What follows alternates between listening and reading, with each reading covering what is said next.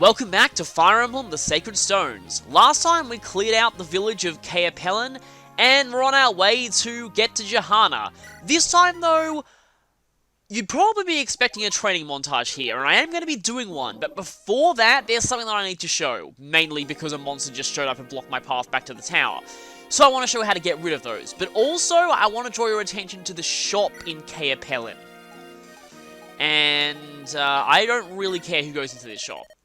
So it sells some pretty different items to what it sold during the chapter. It now sells Elfire, Shine, Flux, and this spell, Luna. This is one that I wanted to discuss. Now, people who played Fire Emblem 7 probably remember this tome. It is very infamous. You might also not really recognize its stats here. Luna went through a pretty enormous nerf from FE7. Because back then, well, it could one-shot the final boss with a critical. And one of the dancer rings, but still, it could one-shot the final boss.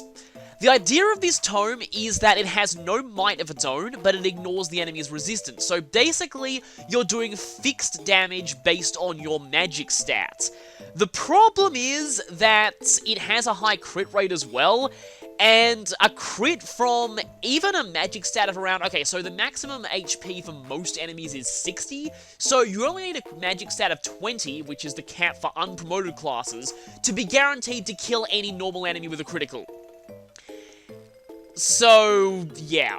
What they did was, they halved its crit rate, they practically halved its hit rate, it's gone from 95 to a pathetic 50. So, it's a lot less useful now than it was back in FE7. It's also a little bit cheaper, so I guess that's a plus, but anyway, it's been nerfed pretty severely. Also, restore staves. How many of those do I have on me? I might want to get some of those before I go to chapter 14. I'll do my actual weapon buying, though. I'll save that until I get to before the next chapter, because first, I want to grind up Ewan a bit, and for that I need to get back to the tower, but there is a monster in our path. Now, normally you'd have to fight here, but there's a little trick that you can do to get through them without a fight, because it's much safer to train in the first area of the tower than it is to train against this. If I go to check map here, okay, no fog. This map can sometimes have fog of war in skirmishes, just be aware of that. I've had that happen to me at least once, and it was very annoying. So, a whole bunch of gargoyles. Are there any decent weapons here? Sharp claw spiders. Oh, okay, this is the first time we're seeing Shadow Shot. Yeah, this is pretty powerful and has a very long range to it. Shadow Shot is pretty annoying to face, but thankfully it only has 5 uses, also a weight of 20, so there's no way they're doubling with that. It doesn't look like there are any droppable items at all. That's kind of weird. Okay then, there's absolutely no reason for me to do this. So, what I do here is I go into fight, and then immediately retreat. Doing so gets rid of the encounter from the world map, as you see here, and I can safely head back to the tower. Should I buy a couple of, I don't know, let's just, I'm gonna see what I can do just going into the tower. So, it's time for a sped up training montage.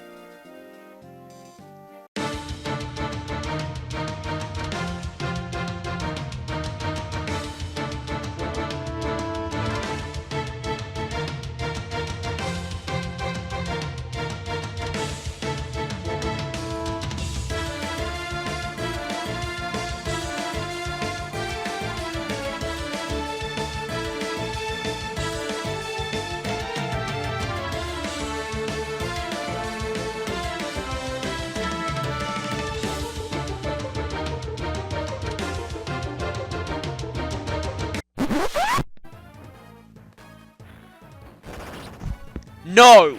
No, really? Really? Okay, my luck is officially weird in this game.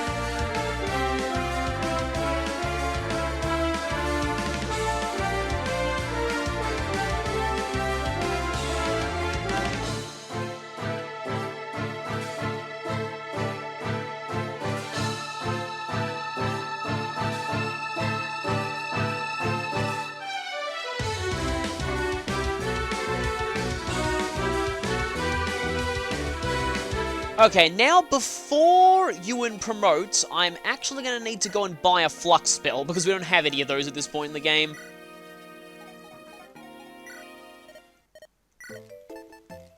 Now, the Flux spell is grayed out now, but that will change. Also, I don't know how many uses I'm going to get out of a 4-use Fire Tome, so I might as well just sell that. Don't want it clogging up space in the inventory. And yeah, I think we're fine on staves for now. So, once we go back in... This would actually be pretty annoying if it happened when you didn't have any Dark Tomes on you and you chose to promote Ewan to Shaman. So yeah, time for Ewan's Force promotion.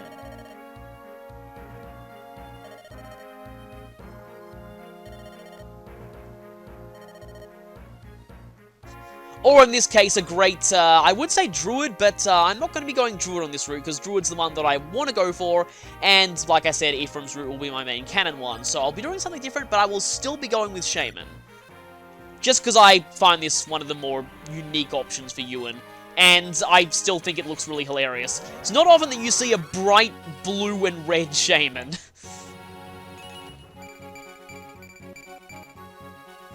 And yes, he had 0 defense all throughout those pupil levels, so that's not good. But let's check him out now. Flux, unfortunately, still got to lower his speed by 1, but it's looking kind of alright, besides the defense, obviously. So gonna need to train him up a little bit more. I also love how Shaman looks on the status screen, just the way that cloak is just levitating. I always thought that looked awesome.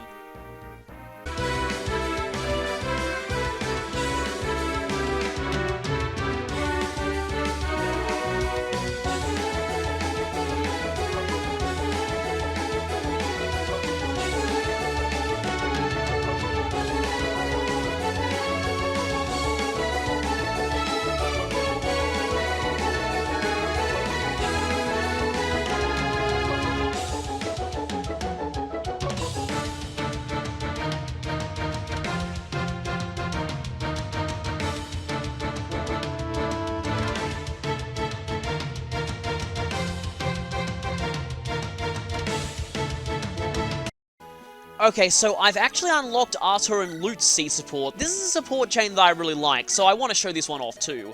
I'll probably have to grind for most of it off camera.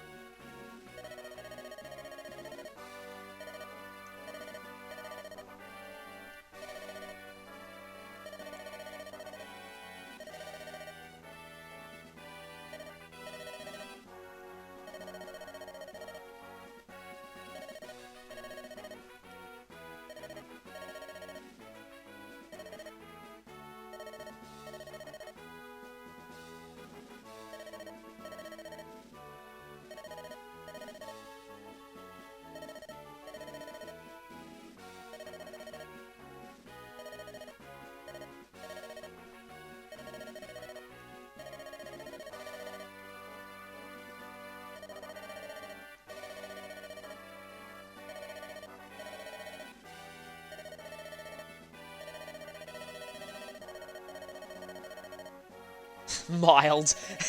Yeah.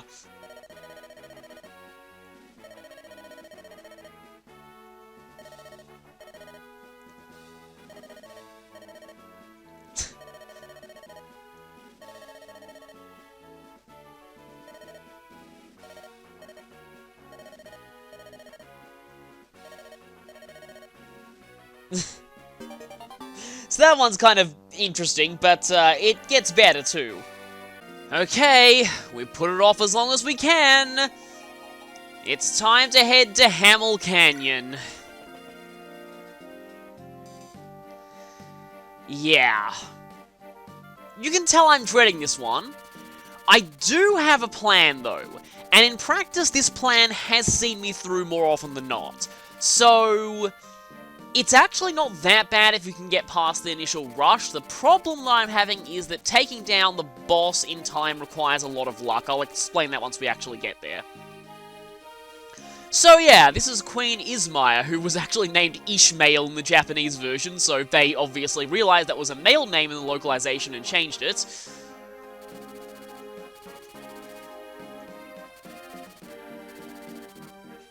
And apparently she has a son.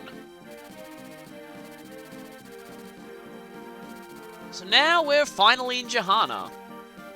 And the nation's already in pretty dire straits at this point.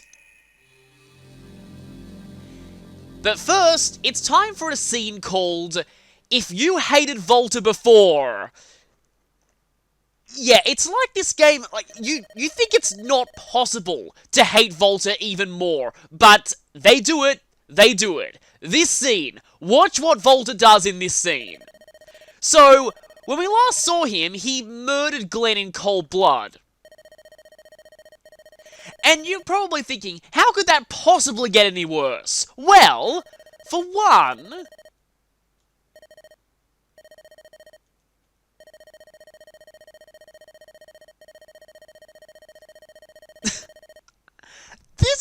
he showed his corpse to his own brother, and it's obviously heavily mutilated and desecrated. But it's about to get worse.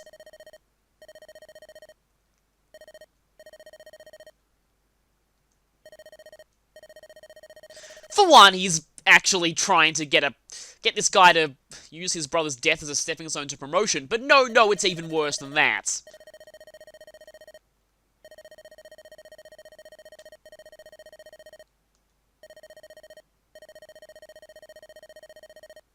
He makes it look like Erica did it!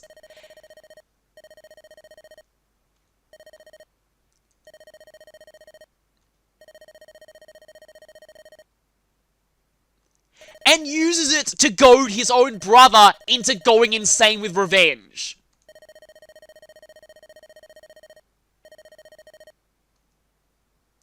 And yep, he's immediately gone. And guess what? Voltar is just, he freely admits that there's no reason for him to do this. He gets nothing out of it, and he already knows that Erica will probably easily defeat Cormag. He's just doing this for the lols, and to make Erica stronger for him. Yeah. It's like, you think there's a limit to how much the game can make you hate someone, and then it gets even worse. Meanwhile, though,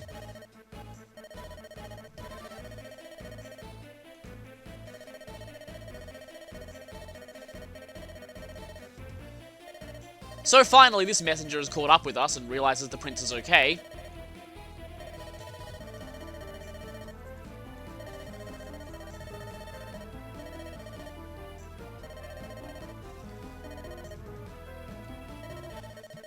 So, what's going on back in Freylia? Well, it's nice to see that Klimt is still helping us. Wait a minute, towards Jehanna, that means they're heading right at us. That's not good.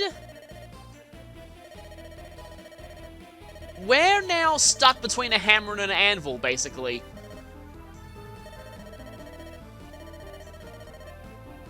Also, yeah, we'll be finding out how he did this on Ephraim's route.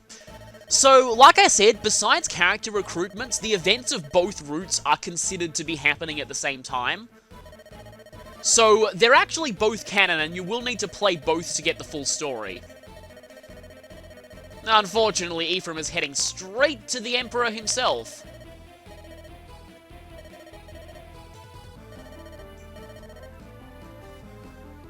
Apparently the bracelet lets you, sense when each other is still alive for some reason.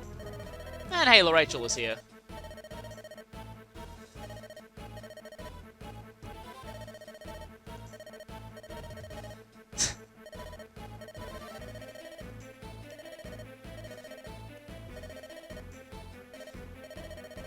Ah, yeah, how did you know that? Sure it did.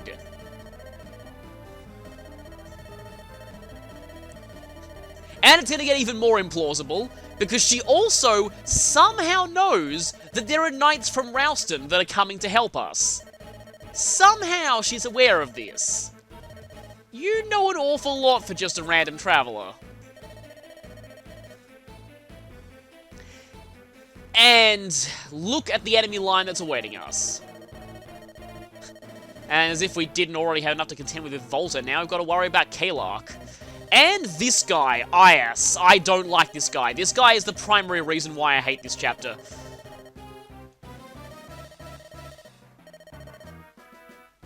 Well, at least he doesn't think that she slaughtered Glenn and desecrated his corpse in cold blood.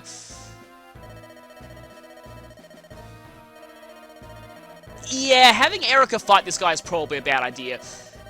I admit, lines like this are a little awkward, though. This is a pretty blatant case of as you know, where characters reiterate information that they themselves already know, but obviously the player doesn't, so they just explain things that they already know just for the player's benefit. Which is always a little awkward, but sometimes it's necessary.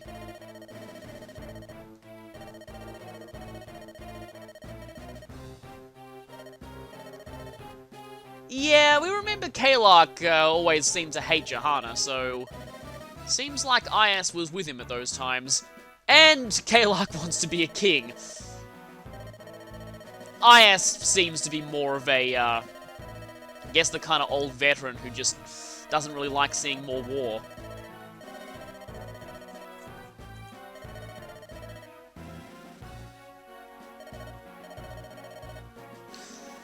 There's a good reason this guy has a terrifying reputation.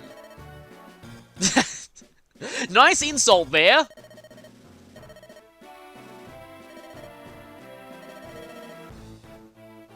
Ice is a pretty interesting character, though. He comes off as pretty cold and calculating. He's one of the few sort of more tactically astute antagonists in this game, which is actually pretty cool.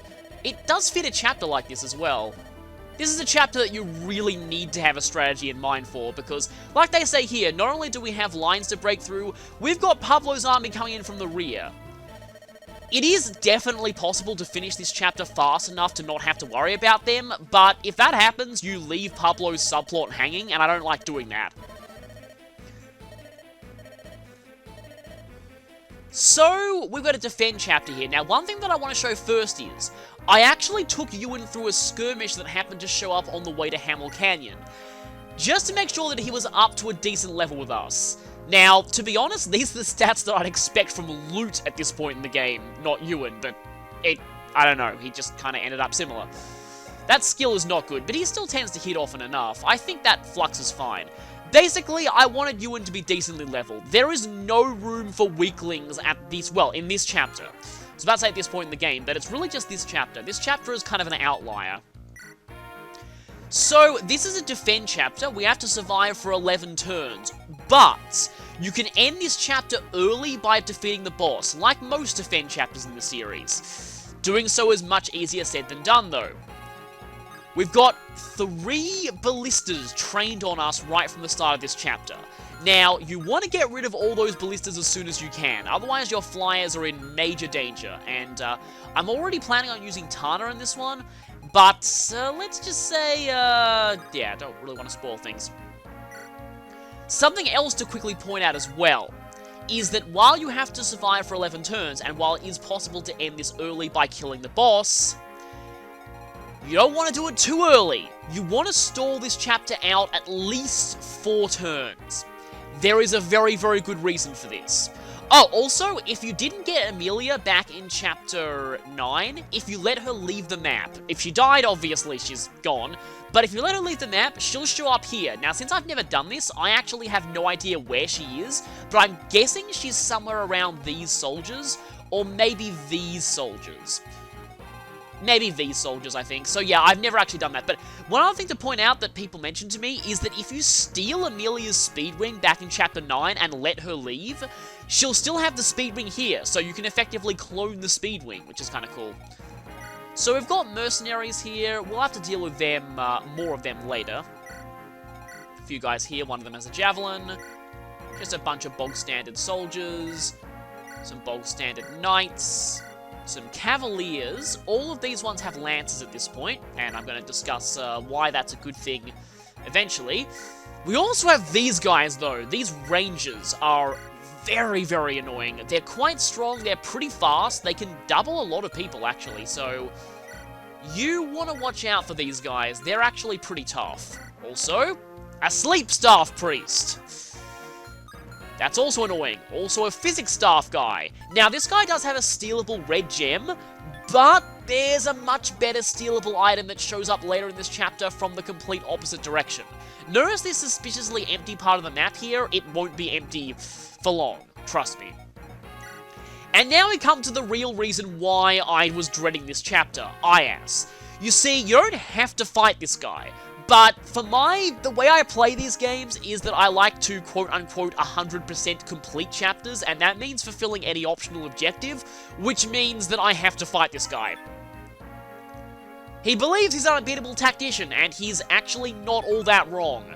He's a great knight, his stats are very impressive, and his resistance is actually very decent for a great knight, so you can't just blast him with magic.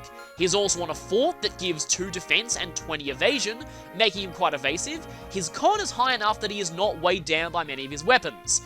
But his weapons are the real problem. Short spear, a pretty powerful 1 to 2 range lance, meaning that mages are in danger. That is his least threatening weapon. Silver blade. It's not very accurate, but it's powerful, and he's not weighed down by it. But the real threat here, this thing, the Sword Slayer. This weapon is one of the most terrifying in this game in my opinion, because it's basically a Reaver weapon, so it's good against swords, but it's worse than a Reaver weapon. It also has effectiveness bonus against any sword specializing class. Mercenaries, Myrmidons, thieves even Erica. It gets effectiveness bonus against them. So that makes it effectively 33 might against those people. Yeah, I don't think anyone's going to survive that. And that's a problem, because by far the best way to fight this guy is with Armor Slayers. But Armor Slayers risk getting destroyed by the Sword Slayer. So, yeah. I hate this boss. I hate this boss a lot. I actually find this guy to be the hardest boss in the game. Yeah, we're only about halfway through and I consider this guy the hardest boss in the game, at least on Erica's route. He is thankfully optional, you don't have to fight him, so what I'm doing is mostly just for bragging rights. I'm kind of making this chapter harder on myself. But anyway, let's choose our characters here. You might notice that I have a lot of pre-promotes here because I just wanted to get through that skirmish as fast as possible. Unfortunately, I have to bring Colum because there's a very valuable item to steal that shows up later on in this chapter. Who else? Ross, Joshua, Garrick, and Tana, and unfortunately that's all I have room for. I would like to bring... Oh wait, I need Amelia actually, so I'm going to need to kick out someone, and unfortunately I'm going to have to kick out Natasha. So, I'd like 2 healers, I think I only really have... There's a reason I'm bringing Amelia, by the way, but would like to bring 2 healers, but I can really only afford to fit 1, and it's going to be Rachel. The reason for this is that, well, 1, it's appropriate for this chapter, because she's actually the one who told us about those suspicious Knights of Ralston that are incoming. Might as well grab Barrier while I'm here. But the other reason, though, is that basically the one healer that we bring is going to be running around a lot, and that 1 extra point of movement is going to really help for that. So, who else should I use here? Okay, that halberd. I'm going to trade this to Ross. This isn't exactly the best idea. I'm going to also give Ross the hammer that I got earlier. Now, both of these will severely destroy Ross's attack speed. But I'm going to be using them if I know that they'll one-shot the enemy. I do not want Ross to be stuck equipping them when he gets attacked by especially the rangers, because they will double him into oblivion. I know this from experience. Now, that Horse Slayer I'm giving to Amelia, which is the main reason why I wanted to bring Amelia to this chapter. As for Joshua, he's going to keep that Armor Slayer for now. The Axe Reaver. I wonder if I can, Yeah, I wonder. In fact, the Axe Reaver might not be a bad idea to give to Tana here. Also, that Heavy Spear. The Heavy Spear is going to be decent against the boss, but... Actually, now I think about it, I need Tana to grab that, because despite it being monstrously heavy, it actually has, her speed is so high that she can usually do well, not so much double with it, but not get doubled in return by the boss. So I'm going to actually keep that on her for now, but it might not stay on her. I might actually switch that over eventually. Garrick, his inventory is going to be very important. Obviously, we don't want that chest key, we don't want this iron blade. The Lance Reaver. I want the Lance Reaver. I seriously want the Lance Reaver. Also, I'm going to go ahead and see if I have any spare elixirs in here. I don't, but I'm sure somebody else would have an elixir. I think Tana does. Does anybody here have an elixir? Okay, yeah, a few people do. Might as well grab Dozler's. And I'm also going to go ahead and trade with Seth with the Rune Sword, because that might also help out Garrick. And while I'm here... yeah, I'll take the Silver Sword. I'm really going all out at this point. Because, yeah, especially though, that Lance Reaver, if you save it for now, that's a very, very good thing. Because the Lance Reaver really helps in this chapter. I think Joshua's fine on weapons for now. And you might as well go and put your torch staff in the convoy, because we're not going to need that for a very long time. Your weapons are fine. Let's see. Your weapons are also fine. I bought an extra steel sword for Colin, by the way, because he was running out of iron weapons in those skirmishes. Erica, I think, is fine. I could have her take the... She's actually not able to use the silver sword. Scratch that. Seth is probably fine with what he has here. Slim Lance, one-use iron blade. Anybody here have anything spare that I can take? I may as well grab that steel sword. And like I said, I think Ewan's fine. Okay, formation time. I need to arrange people in a very specific way. Ross and Amelia are going to go here. Tana's going to go low down. Joshua and Garrick need to be up here. Loot down here is mostly fine. Actually... wait a minute.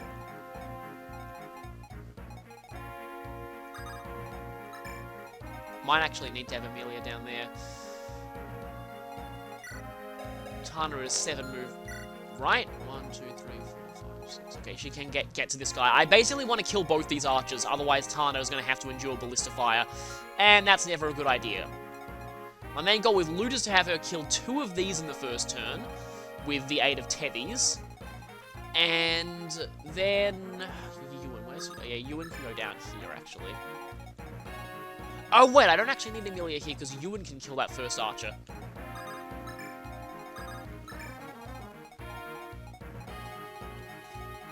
Okay, so I need Tana down here. 1, 2, 3, 4, 5, 6, 7...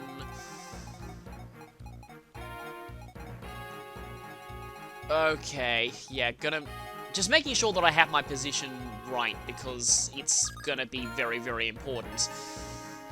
Because like I said, you need to have a strategy in place for this chapter. It also helps to know exactly where the reinforcements come from, which is always annoying when a Fire Emblem chapter is like that, but it's kind of the case here. So, I'm gonna save here, because I don't want to have to go through talking about all of that if I fail this, and I get the feeling that I might fail this at least once. So, gonna save.